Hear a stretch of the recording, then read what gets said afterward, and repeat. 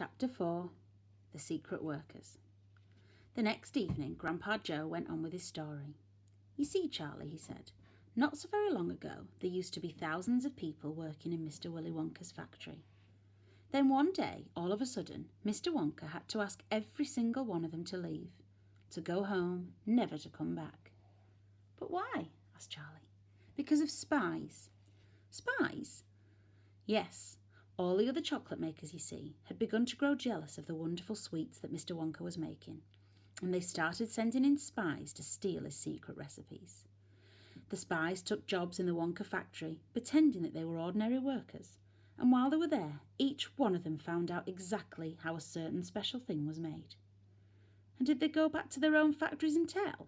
asked Charlie. "They must have," answered Grandpa Joe, "because soon after that, Fickelgruber's factory started making an ice cream that would never melt, even in the hottest sun. Then Mr. Prodnose's factory came out with chewing gum that never lost its flavour, however much you chewed it. And then Mr. Slugworth's factory began making sugar balloons that you could blow up to huge sizes before you popped them with a pin and gobbled them up, and so on and so on. And Mr. Willy Wonka tore his beard and shouted, 'This is terrible! I shall be ruined! There are spies everywhere! I shall have to close the factory.'" "But he didn't do that," Charlie said. "Oh, yes, he did. He told all the workers that he was sorry, but they'd have to go home. Then he shut the main gates and fastened them with a chain. And suddenly Wonka's giant chocolate factory became silent and deserted. The chimney stopped smoking, the machine stopped whirring, and from then on, not a single chocolate or sweet was made. Not a soul went in or out, and even Mr. Willy Wonka himself disappeared completely. Months and months went by," Grandpa Joe went on, "but still the factory remained closed. And everybody said, 'Poor Mr. Wonka, he was so nice and he made such marvellous things, but he's finished now, it's all over.' Then something astonishing happened. One day, early in the morning, thin columns of white smoke were seen to be coming out of the tops of tall chimneys of the factory. People in the town stopped and stared. 'What's going on?' they cried. 'Someone's lit the furnaces. Mr. Wonka must be opening up again.' They ran to the gates, expecting to see them wide open and Mr. Wonka standing there to welcome his workers back. But no, the great iron gates were still locked and chained as securely as ever, and Mr. Wonka was nowhere to be seen. 'But the factory is working,' the people shouted. 'Listen, you can hear the machines. They're all whirring again. And you can smell the smell of melting chocolate in the air.' Grandpa Joe leaned forward and laid a long, bony finger on Charlie's knee. And he said softly, 'But most mysterious of all, Charlie, were the shadows in the windows of the factory.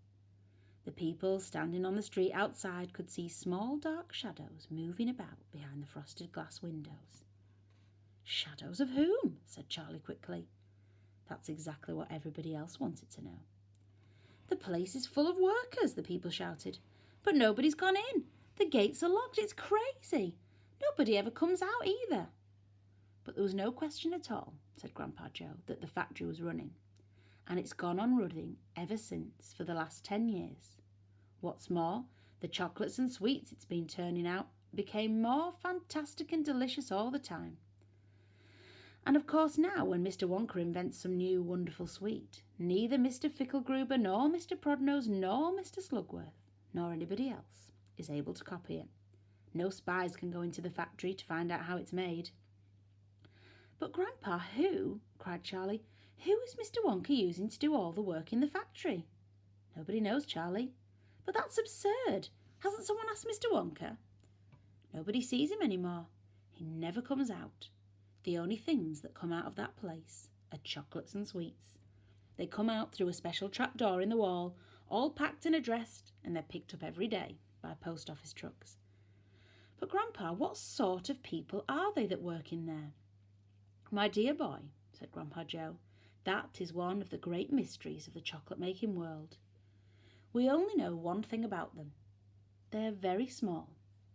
The faint shadows that sometimes appear behind the windows, especially late at night when the lights are on, are those of tiny people no taller than my knee." "There aren't any such people," Charlie said. Just then, Mr. Bucket, Charlie's father, came into the room. He was home from the toothpaste factory, and he was waving an evening newspaper rather excitedly. "Have you heard the news?" he cried. He held up the paper so that they could see the huge headline. The headline said, "Wonka Factory to be opened at last to lucky few."